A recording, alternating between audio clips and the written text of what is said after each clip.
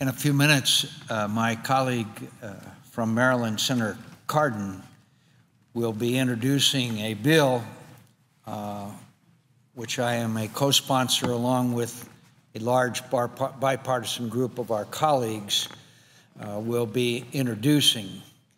And I want to emphasize at the outset that some may characterize this legislation as anti-Russian. In fact, I believe it is pro-Russian. It's pro the people of Russia. It's pro the people that stand up for human rights and democracy in that country, which unfortunately seems to be sadly deprived of. This legislation, as my colleague and friend Senator Cardin will describe, requires the Secretary of State, in consultation with the Secretary of Treasury, to publish a list of each person that our government has reason to believe was responsible for the detention, abuse, or death of Sergei Magnitsky, participated in efforts to conceal a legal liability for these crimes, committed those acts of fraud that Magnitsky uncovered, is responsible for extrajudicial killings, torture, or other gross violations of human rights committed against individuals seeking to expose illegal activities in Russia or exercise other universally recognized human rights. Second, the individuals on that list would become the target of an array of penalties, among them ineligibility to receive a visa to travel. They'd have their current visas revoked. Their assets would be frozen that are under U.S. jurisdiction, and U.S. financial institutions would be required to audit themselves to ensure that none of these individuals are able to bank, access funds, and move money in the U.S. financial system. I guess the first question that many people will be asking is, who was Sergei Magnitsky? Who was this individual that has aroused such outrage and anger throughout the world? He was a tax attorney. He was a tax attorney working for an international company called Hermitage Capital that had invested in Russia. He didn't spend his life as a human rights activist or an outspoken critic of the Russian government. He was an ordinary man, but he became an extraordinary champion of justice, fairness, and the rule of law in a Russia where those principles, frankly, have lost meaning. What Sergei Magnitsky did was he uncovered a collection of Russian government officials and criminals that were associated with the Russian government officials, colluded to defraud the Russian state of $230 million. The Russian government, in turn, blamed the crime on Heritage Capital and threw Magnitsky in prison in 2008. Magnitsky was detained for 11 months without trial. Russian officials, especially from the Interior Ministry, pressured Magnitsky to deny what he had uncovered, to lie and recant. He refused. He was sickened by what his government had done, and he refused to surrender principle to brute power.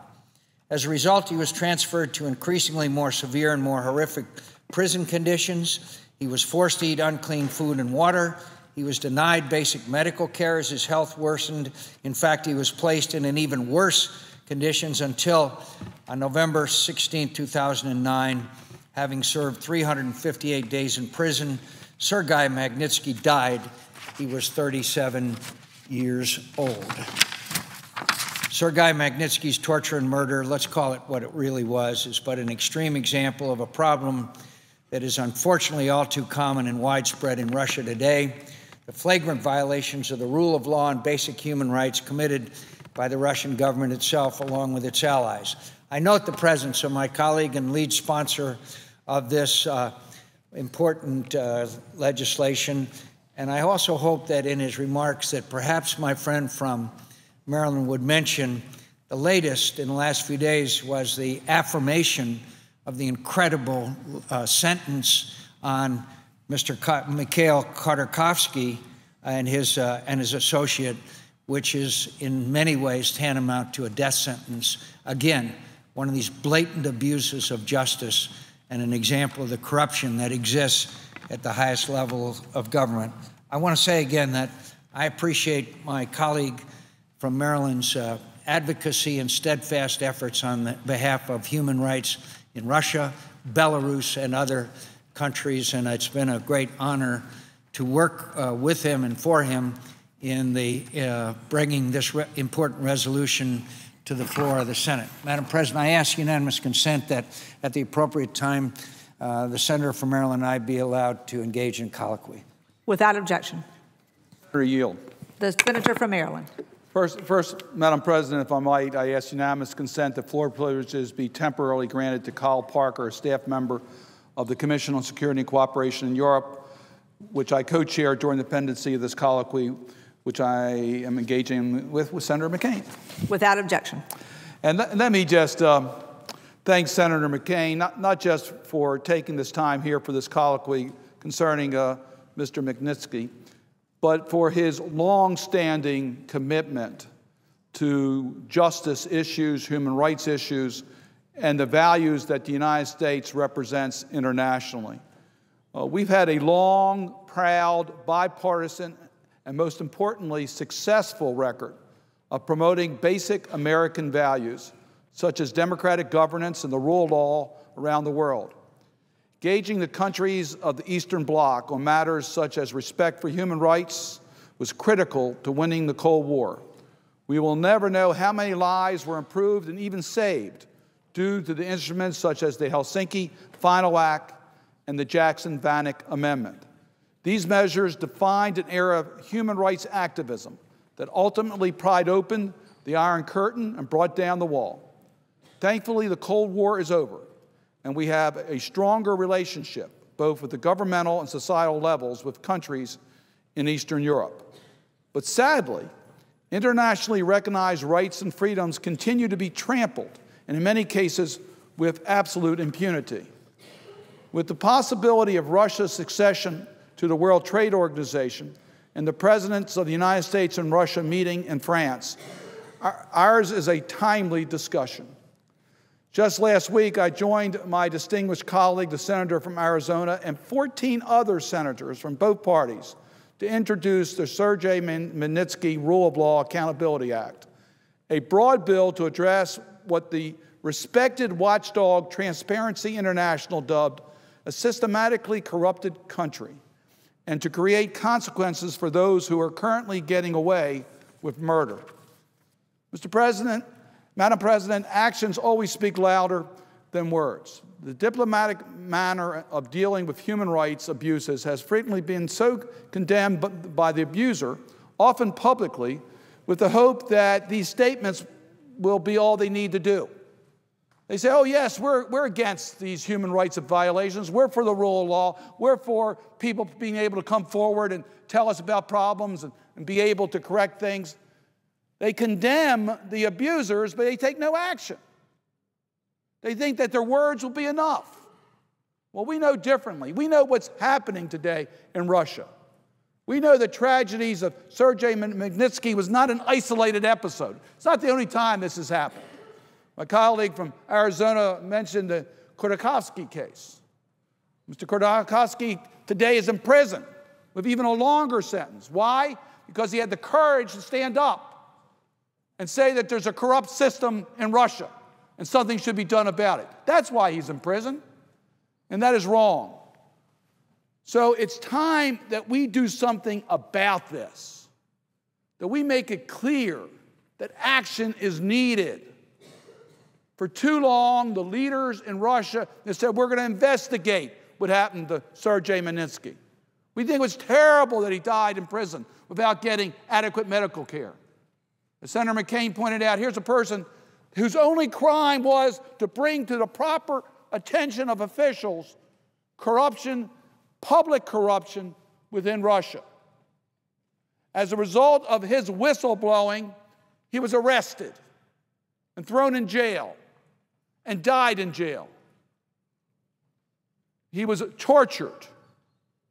And that cannot be allowed to just be said, oh, that's terrible. The people who are responsible, we know who they were. We know who they were. In some cases, they've been promoted in their public positions. Well, it's time for us to take action. And that's why we have introduced this legislation. While this bill goes far beyond the tragic experiences of Sergei Magnitsky, it does bear his name, so let me just refresh everyone with some of the circumstances concerning his death. And I mention this because some people might say, why are we talking about one person? Let's talk about the isolated examples. But as the Soviet dictator Joseph Stalin said, one death is a tragedy, 1 million is statistics. I rarely agree with dictator Stalin, but you got to put a face on the issue. People have to understand that these are real people and real lives that have been ruined forever as a result of the abuses within Russia. Sergei was a skilled tax lawyer who was well known in Moscow among many Western companies, large and small. In fact, he even did some accounting for the National Conference on Soviet Jewry. Working at the American law firm of Firestone Duncan, Sergei uncovered the largest known tax fraud in modern Russian history and blew the whistle on the swindling of his fellow citizens by corrupt officials. And for that, he was promptly arrested by his subordinates of those he implicated in the crime. He was held in detention for nearly a year without trial or visits from family and under torturous conditions. He developed severe medical complications, which went deliberately untreated, and died on November 16, 2009, alone in an isolation cell while prison doctors waited outside his door. Sergei was 37 years old, left behind a wife, 2 sons, a dependent mother, and so many friends.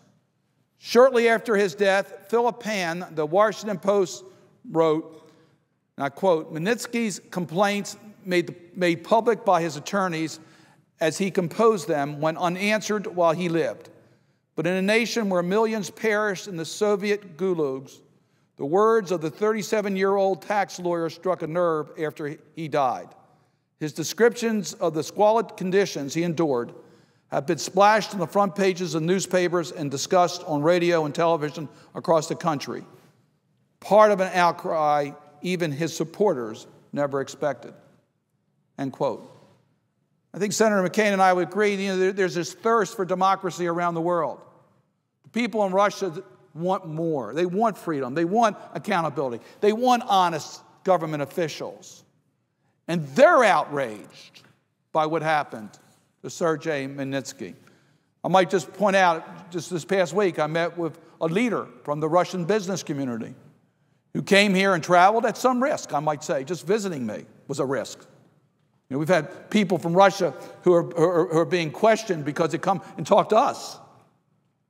But he said to me that what happened here needs to be answered by the Russian authorities. And he understands why we have this legislation here. A year after his death, and with no one held accountable of those implicated, and some even promoted and decorated, The Economist noted, and I quote again, "At the time, few people outside the small world of Russian investors and a few human rights activists had heard of Mr. Magnitsky. A year later, his death has become a symbol of the mind-boggling corruption and injustice perpetrated by the Russian system and the inability of the Kremlin to change it. Regrettably, we know that Sergei's case, egregious as it is not isolated. Human rights abuses continued unpunished and often unknown across Russia today. To make this point more clear, let me look at another example far outside the financial districts of Moscow and St. Petersburg in the North Caucasus, in southern Russia, where Chechen leader Ramzan Kadyrov condones and oversees massive violations of human rights, including violations of religious freedom and rights of women. His militia also violates international humanitarian laws. As of this April, the European Court on Human Rights has ruled against Russia in 186 cases concerning Chechnya, mostly involving civilians. So, Madam President, Sergei Magnitsky's case is not an isolated case of an abuse by the Russian authorities. There's been a systematic effort made to deny people their basic human rights, including one individual, Natalia Estimirova, who personally visited my office at the Helsinki Commission. She was accused of being involved in murders of political opponents and has been abused in Russia. So it's time for Russia to take action, but we cannot wait. We need to take action. Will the gentleman yield for I yield back to my colleague. Yield for a question. I'd ask first, again, thank you, I say to my colleague from Maryland for a very eloquent and I think very strong statement, which I can add very little to. But isn't it true, I'd ask my friend, that this Magnitsky case and Khodorkovsky, which I'd like for us to talk a little bit more about, is not an isolated incident? In other words, this is the face of the problem in Russia today. As you mentioned, in its annual index of perceptions of corruption, Transparency International ranked Russia 154th out of 178 countries, perceived as more corrupt than Pakistan, Yemen, and Zimbabwe. The World Bank considers 122 countries to be better places to do business than Russia. One of these countries is Georgia, which the World Bank ranks as the 12th best country to do business. In other words, what happened isn't it true that in the Magnitsky case, it's what's been taking place all across Russia, including this incredible story of Khodorkovsky, who was one of the wealthiest men in Russia, one of the wealthiest oligarchs, who rebelled against this corruption because he saw the long-term consequences of this kind of corruption, and was brought to trial, convicted. Then, when his sentence was completed, they charged him again. And talk about a corrupt system. Isn't it true that Vladimir Putin said he should, quote, sit in jail? And we now know that the whole trial was rigged by, as revealed by people who were part of the whole trial? In other words, isn't it true, I'd ask my friend from Maryland, that what we're talking about here is one human tragedy, but it's a tragedy that's unfolding throughout Russia that we don't really have any knowledge of. And if we allow this kind of abuse to go on unresponded, then obviously we're abrogating our responsibilities to the world. Is that? Senator McCain, you're absolutely right. This is not an Magnitsky is not an isolated case of a lawyer doing his job on behalf of a client being imprisoned, tortured, and killed by the authorities, and then the authorities promoted and not held accountable. We have a lot of examples of lawyers trying to do their jobs and being arrested and intimidated and their rights violated. But in Mr. Khodorkovsky case, you have a business leader who was treated the same way just because he was a successful business leader. And even worse, he happened to be an opponent of the power in being. So we're now seeing in Russia where they want to quell opposition by arresting people who are just speaking their minds, doing their business legally, putting them in prison, trying them, and in the Khodorkovsky case, actually increasing their sentences the more they speak out against the regime. That's how totalitarian they want to be and how oppressive they are to human rights. But I could go further. If you're a journalist in Russia and you try to do any form of independent journalist, you're in danger of being beaten, being imprisoned, being murdered. It's very intimidating, and the list goes on and on and on.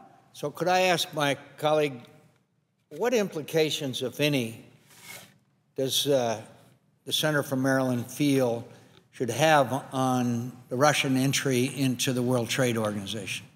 Well, it's very interesting, Senator McCain. I just came from a Senate Finance Committee hearing, and we're talking about a free trade agreement, and I'm for free trade agreements. I think it makes sense. It's funny, when a country wants to do trade with the United States, they all of a sudden understand that they got to look at their human rights issues. And I think all of us would like to see Russia part of the international trade community.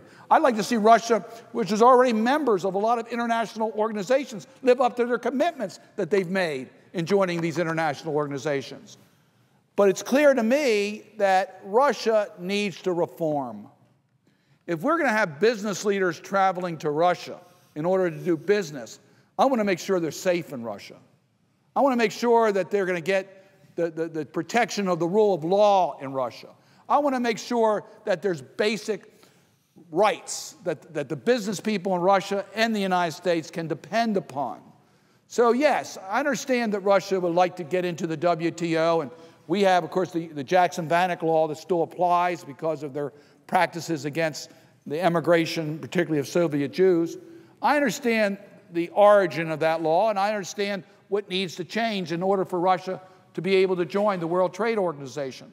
But I'll tell you this, the best thing that Russia can do in order to be able to enter the international trade regime is to clean up their abuses in their own country, to make it clear that they respect the rule of law, that business people will be protected under the rule of law and certainly not imprisoned and tortured, as Mr. Colloquy has been. We don't want to see that type of conduct.